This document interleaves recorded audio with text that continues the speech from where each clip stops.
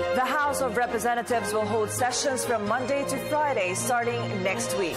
This is to ensure approval of pending priority measures. House Majority Leader Neptali Gonzalez Jr. said this will be implemented in the next 5 weeks. More from Freddie Abando.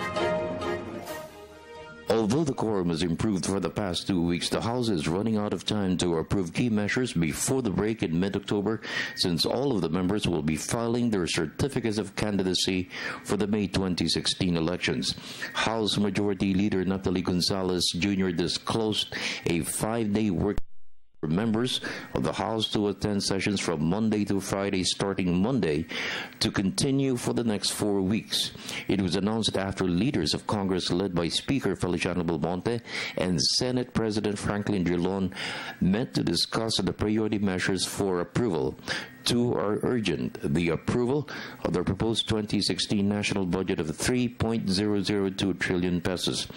The House Committee on Appropriations, chaired by Congressman Isidro Ungab, is expected to finish the review of all the budgets of all the departments and agencies in 3 weeks. I would suggest that once and for all, we request all members to be present this time, because we understand that after the filing of the certificate of candidacy, and we understand their situation, that they will be already in their districts campaigning.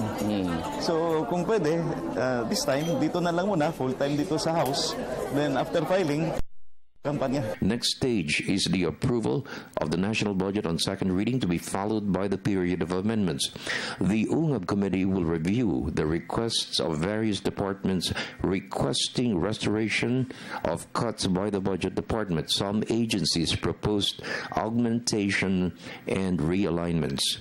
Ungab stressed any augmentation should be based on how much revenues government can collect for 2016. I am confident that we can finish the budget as per our schedule, no? The budget calendar of the committee.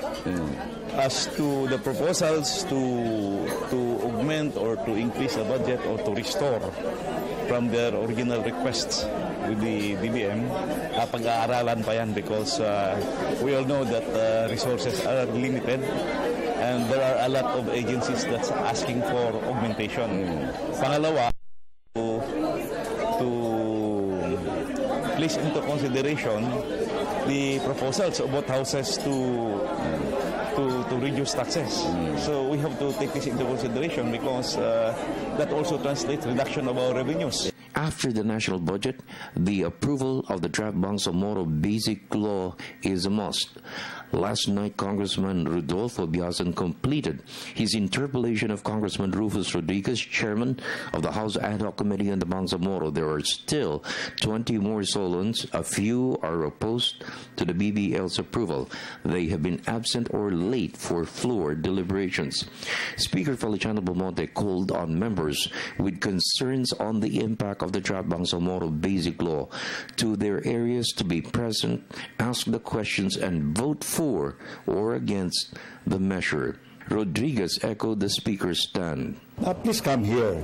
And the chairman here, Rufus Rodriguez, and his vice chairman are all anxious to defend the BBL. But how can you defend it when the interpellators who are listed do not show up or leave early? So yun ang pakiusap ko sa nila na let's tackle it, no? It's we are only on the period of interpellations. When the period of amendments come, then bring your amendments and let the membership vote on them. So that is my request. The BBL is a very important thing, because let's face it, this is not even like the period during martial law or before martial law, when all of this violence started to flare up. No, at that time, everywhere else, world was at peace. See, this time the Muslim world itself is in turmoil, and we don't like that turmoil to affect our own country. I appeal to our distinguished colleagues in Congress, even those who are against the bill, to be present and to hear the debates and ask questions and then vote. What is important is for the quorum so that we can continue and proceed with the discussion so that we can go into the period of amendment. Aside from the national budget and the Bangsamoro Basic Law, other priorities are the amendments to the Build, Operate, Transfer Law, the creation of a Department of Information and Technology, the modernization of the Bureau of Customs, updating of penalties in the revised penal code. Dropped from the list are the Anti-Dynasty Law, Resolution number 1 to amend economic provisions of the Constitution, the Freedom of Information Bill, and the reform of the income tax.